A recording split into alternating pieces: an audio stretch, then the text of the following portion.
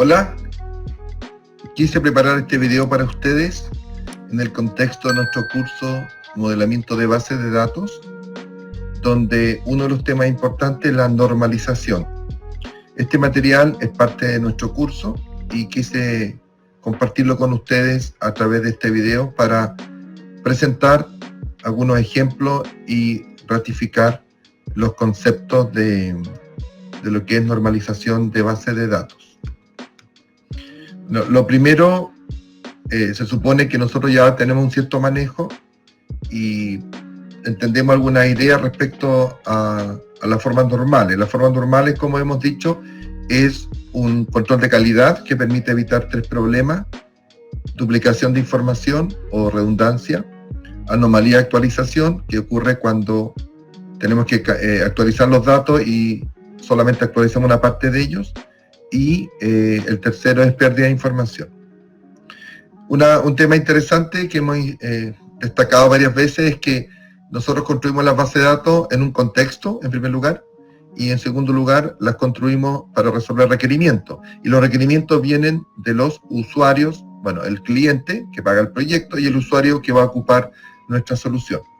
Así que incorporarlo en este proceso de diseño de base de datos es muy, muy útil. También sabemos que el modelo relacional impide solucionar o manejar con dos tablas una relación mucho a mucho, así que hay que eliminarla a través de la creación de una entidad intermedia y después de una tabla intermedia. Y también tenemos el tema de evitar la redundancia descontrolada.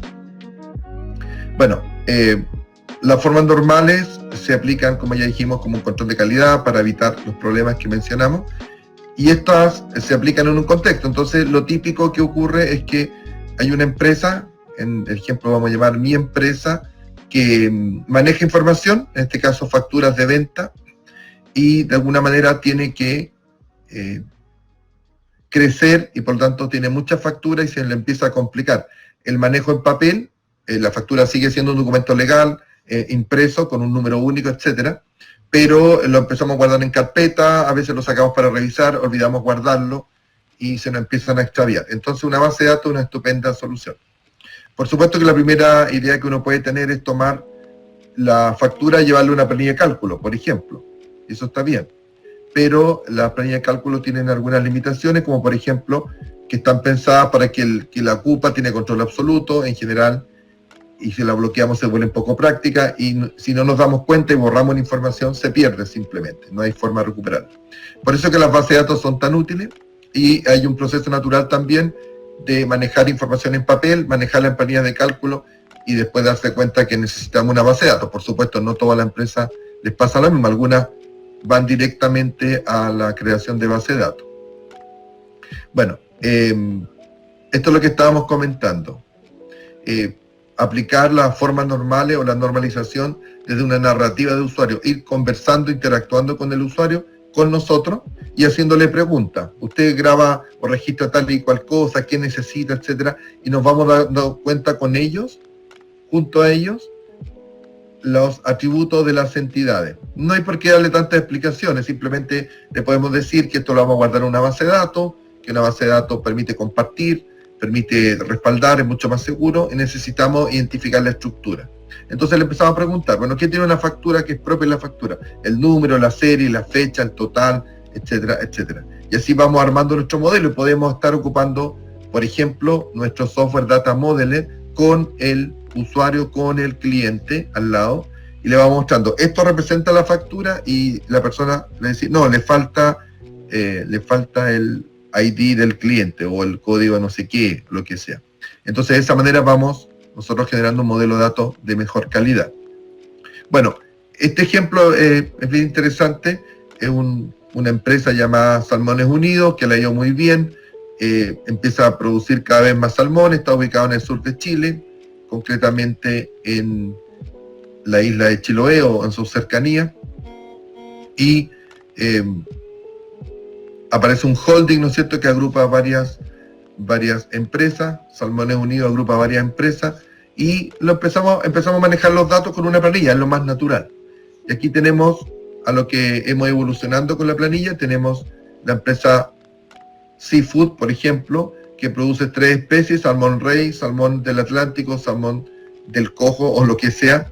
Está ubicada en la comuna de Dalcahue, pero también tiene sucursal en la comuna de Castro, está en la isla Grande de Chiloé, en la región de los lagos, en la provincia de Chiloé y la provincia de Chiloé. ¿Ya? Está cada una de ellas. Como esto en planilla de cálculo, si Seafood pasa a tener otra especie, simplemente agregamos una columna, pero naturalmente nos damos cuenta que no es la forma más práctica de administrar un gran volumen de datos. Entonces empezamos a pensar en una base de datos. Y lo primero que tenemos que ver, que acá están mezcladas, como hemos dicho varias veces, peras con manzanas. Una cosa es el holding que agrupa a la empresa, ese es un tema. Otro tema es la especie que produce cada empresa, ¿sí?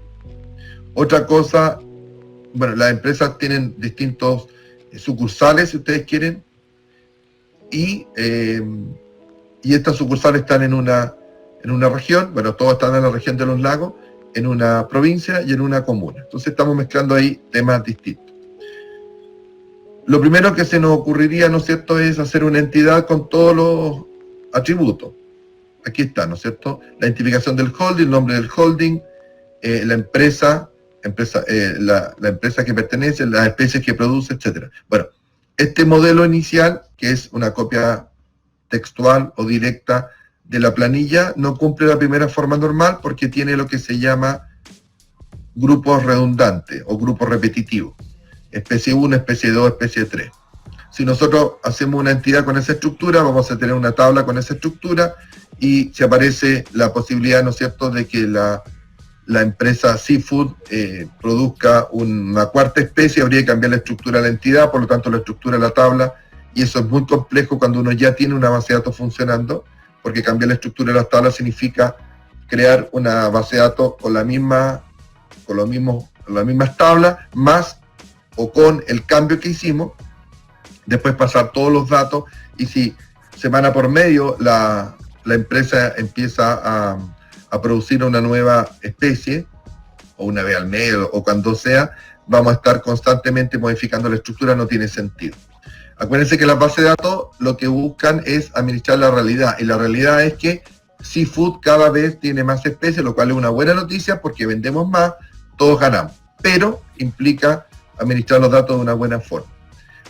La primera solución es eliminar los grupos repetitivos, que aquí está, pero no es suficiente porque seguimos mezclando acá, por ejemplo, la empresa con las especies, que son dos temas relacionados pero distintos, y esta empresa tiene ubicaciones donde hay comunas, etc.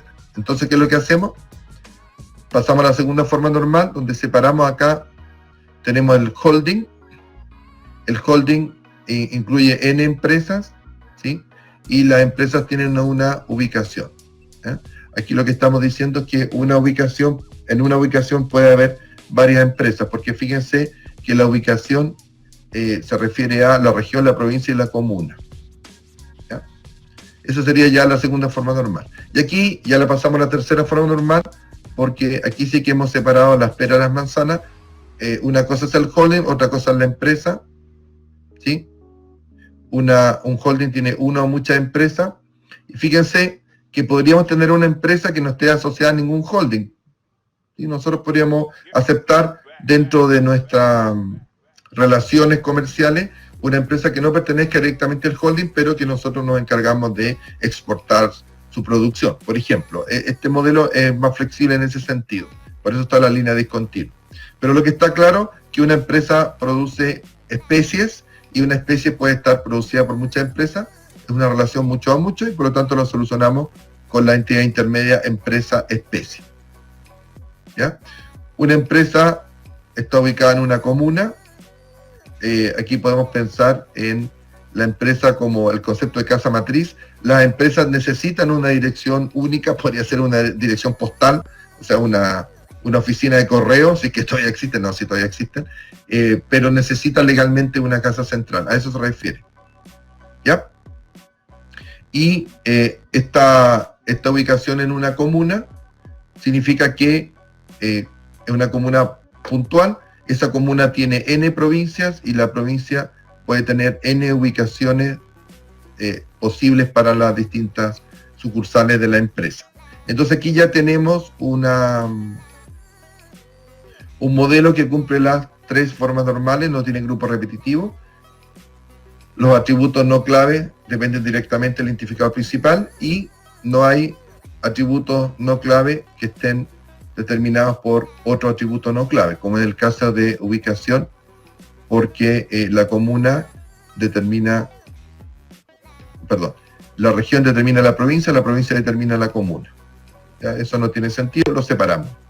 Ahora, comentar, ya vamos a hablar de la mucho a mucho, comentar de que la entidad empresa-especie podría tener perfectamente no solo la relación para saber qué especie produce cada empresa, sino también la producción anual, por ejemplo, de esa especie.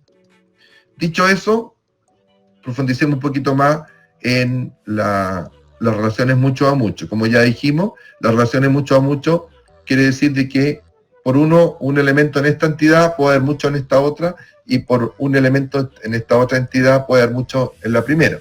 Entonces, eso no se puede solucionar con 2 tablas, necesitamos 3, y por eso creamos una entidad intermedia.